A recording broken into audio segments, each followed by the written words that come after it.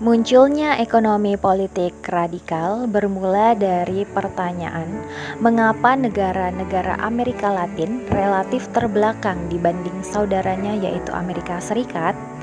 Untuk mencari faktor-faktor yang menyebabkan terbelakangnya perekonomian negara-negara Amerika Latin ini, sesudah Perang Dunia II, Komisi Ekonomi PBB untuk Amerika Latin disingkat ECLA, sekarang ECLAC, melakukan serangkaian penelitian. Penelitian ini dipimpin oleh seorang ahli ekonomi dari Argentina, Raul Prebisch. Dari kajian tersebut, terungkap bahwa perkembangan di Amerika Latin yang sejak abad ke-19 telah mengekspor produk-produk primer berupa bahan baku dan makanan ke negara-negara maju. Ternyata memiliki keterkaitan yang sangat erat dengan perkembangan yang terjadi di Barat. Sebagai dampak dari hasil penelitian ECLA yang dipimpin Prebisch ini, pada tahun 80-an muncul berbagai kritik terhadap teori-teori dan konsep-konsep yang berasal dari Barat. Kritik terhadap teori-teori dari Barat tersebut paling terasa di Amerika Latin.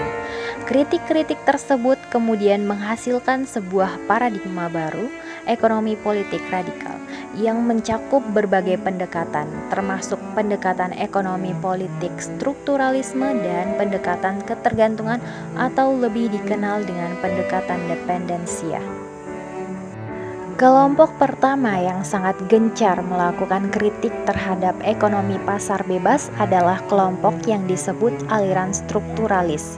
Aliran ini muncul untuk merespon gagasan-gagasan ECLAC mengenai sebab-sebab keterbelakangan di Amerika Latin dan rekomendasi ECLAC untuk menghilangkan hambatan-hambatan struktural dalam negeri di negara-negara terbelakang di Amerika Latin.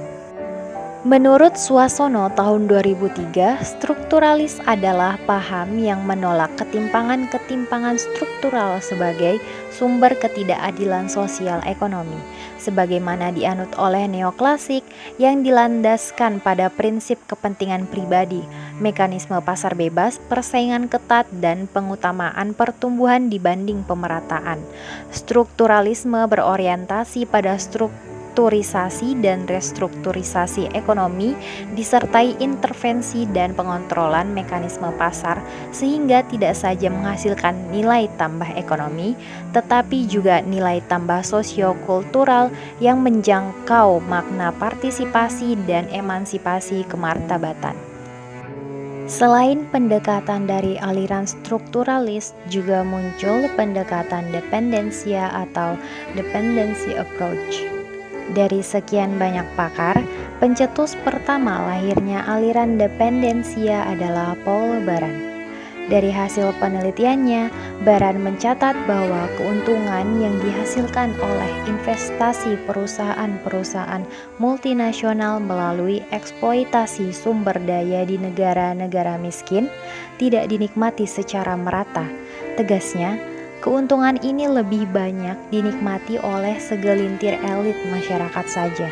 Dari hasil studinya, Baran menyimpulkan bahwa pada dasarnya investasi asing tidak meningkatkan kesejahteraan di negara-negara miskin. Yang terjadi hanya perubahan kebiasaan sosial masyarakat miskin serta perubahan orientasi dari kecukupan dan pemenuhan pasar dalam negeri menjadi orientasi produksi untuk memenuhi pasar luar negeri.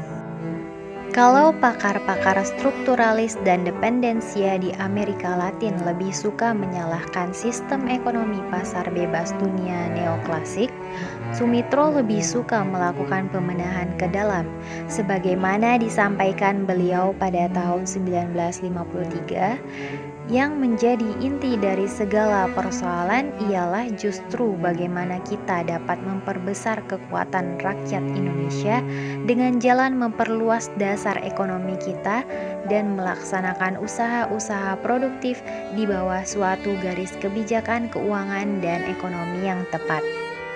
Menurut Sumitro, pemerintah bertanggung jawab untuk terus-menerus mengawasi dan mengendalikan faktor-faktor dan keadaan yang mempengaruhi kekuatan-kekuatan pasar.